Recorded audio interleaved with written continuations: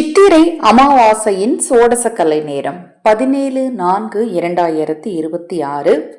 இன்று மாலை 4:47 இருந்து 6:47 வரைக்கும் இருக்கு. கூடுமான வரைக்கும் உங்க எல்லாருக்குமே சோடசக்கலை நேரம் பற்றி தெரியும். இந்த சோடசக்கலை நேரம் 2 மணி நேரத்தில் வரக்கூடிய ஒரு முக்கியமான 5 நொடிகள் உங்கள் வாழ்க்கையே மாற்றும் ரகசியமான நேரம்னே சொல்லலாம். அதாவது உங்களுக்கு இருக்கக்கூடிய பிரச்சனைகளை தீர்க்கும், உங்கள் மனரீதியான குழப்பங்களை தீர்க்கக்கூடிய ஒரு அற்புதமான நேரம். இந்த சித்திரை அமாவாசை சோடசக்கலை நேரத்தில் நீங்கள் செய்ய வேண்டிய ஒரு சூட்சமத்தை இந்த பதிவில் பார்க்க இருக்கிறோம். என்னால் எதுவுமே செய்ய முடியலைங்க, எனக்கு நீங்கள் இப்போ சொன்ன பரிகாரத்தை கூட செய்ய முடியல, நான் வெளியில் இருக்கிறேன், எனக்கு வாய்ப்பு கிடைக்கிற அப்படிங்கிறவங்க இந்த நேரத்தில் பிரார்த்தனை மட்டுமாவது கண்டிப்பாக செய்யுங்க. எங்கே இருக்கீங்களோ அவங்க உங்களுக்கு இஷ்ட தெய்வம் என்னவோ அந்த தெய்வத்தை நினச்சி பிரார்த்தனை பண்ணுங்க. உங்கள் தேவைகள் நிச்சயமாக பூர்த்தியாகும். இந்த நேரத்தில் நீங்கள் செய்ய வேண்டிய பரிகாரத்துக்கு தேவையான ஒரே ஒரு பொருள், அது என்ன அப்படிங்கிறத தெரிஞ்சுக்கலாம். பதிவை பார்ப்பதற்கு முன் ஒரு சிறிய அறிவிப்பு. அக்ஷய திருதியை வரப்போகுது, அடுத்தது சித்ரா பௌர்ணமி வரப்போகுது.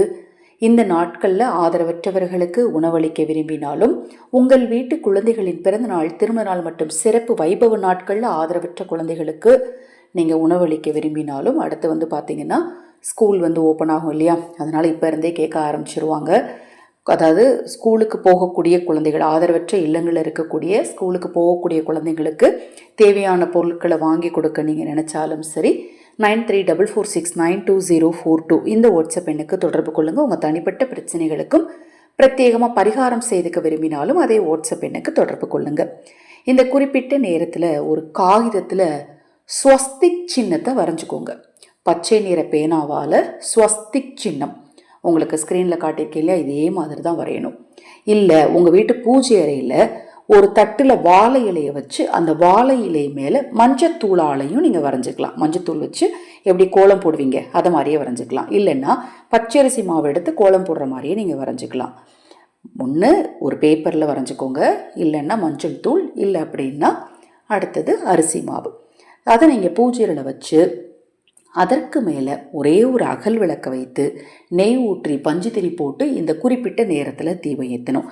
நான் காகிதத்தில் வரைஞ்சிருக்கேங்க, இப்போ காகிதத்துக்கு மேலே நான் விளக்க வைக்கலாமா?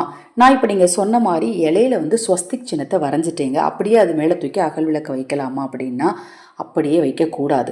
அது மேலே மொச்சை பயிரை பரப்பிக்கணும். அதே நேரத்தில் நீங்கள் மொச்சையை போடும்போது அது அழியாமல் பார்த்துக்கோங்க. மெதுவாக போட்டிங்கன்னா அழியாது. அதன் பிறகு விளக்கெல்லாம் ஏற்றி முடிச்சதுக்கப்புறம் அழிஞ்ச தவறு கிடையாது. நீங்கள் ஒரு தட்டில் முதல்ல ஒரு வாழை இலையை வச்சு ஸ்வஸ்திக் சின்னத்தை வரைஞ்சி அது மேலே மொச்சை பயிரை வச்சு அது மேலே அகல் விளக்க வச்சு நெய் ஊற்றி தீபம் ஏற்றணும். இல்லை அப்படின்னா காகிதத்தில் வரைஞ்சி அது மேலே மொச்சப்பயிரை வச்சு அதற்கு மேலே அகல் விளக்க வச்சு தீபம் ஏற்றிக்கோங்க. இந்த குறிப்பிட்ட நேரத்தில் தீபத்தை ஏற்றி உங்கள் கோரிக்கைகளை மனதால் நல்லா நேராக நிமிந்துக்கணும். முதுகு தண்டுவடம், இந்த சோடசக்கரை நேரத்தில் நம்ம வேண்டுதல் வைக்கும்போது ரொம்ப ரொம்ப முக்கியமான விஷயம், முதுகு தண்டு நேராக இருக்கணும். அப்போ தான் உங்களுடைய தேவைகளும் ஆசைகளும் பூர்த்தி ஆகும்னு சொல்லப்படுது. அதன் சூட்சம் என்ன அப்படிங்கிறதையும் நான் உங்களுக்கு அடுத்தடுத்த பதிவில் சொல்கிறேன். நேராக உட்காந்து வடக்கு திசையை நோக்கி ஒரு தீபத்தை ஏற்றி வச்சு மனதார நீங்கள் பிரார்த்தனை பண்ணுங்கள். நிச்சயமாக நீங்கள் நினச்சது நடக்கும். இந்த ஸ்வஸ்திச்சனும் மொச்சை பயிரும் எதுக்குன்னா பொருளாதார ரீதியான நெருக்கடிகள் தீர்வதற்கு. அந்த மொச்சை பயிர் எடுத்து பறவைகளுக்கு உணவாக போட்டுடலாம். அந்த ஸ்வஸ்திக் சின்னம் வரைஞ்சி வச்சுருக்கீங்க இல்லையா, அதை நீங்கள் பணம் வைக்கிற இடத்த வச்சுக்கலாம். இப்போ நீங்கள் மஞ்சள் தூளோ அரிசி மாவோ போட்டிருந்தீங்கன்னா அது அப்படியே மிக்ஸ் ஆகி அப்படியே காக்கைகளுக்கு உணவளிக்கும் போது அப்படியே நீங்கள் கால்படாத இடத்துல வச்சுருங்க. ரொம்ப ரொம்ப எளிமையான இந்த பரிகாரத்தில் ஏதாவது டவுட் இருந்தால் வாட்ஸ்அப்பில் கேளுங்க. தொடர்ந்து நம்ம சேனலை பாருங்கள். ஹரஹர சங்கர ஜெய ஜெயசங்கர மகாபெரிவா திருவடி பாதம் சரணம் சரணம். நல்லதே நடக்கட்டும்.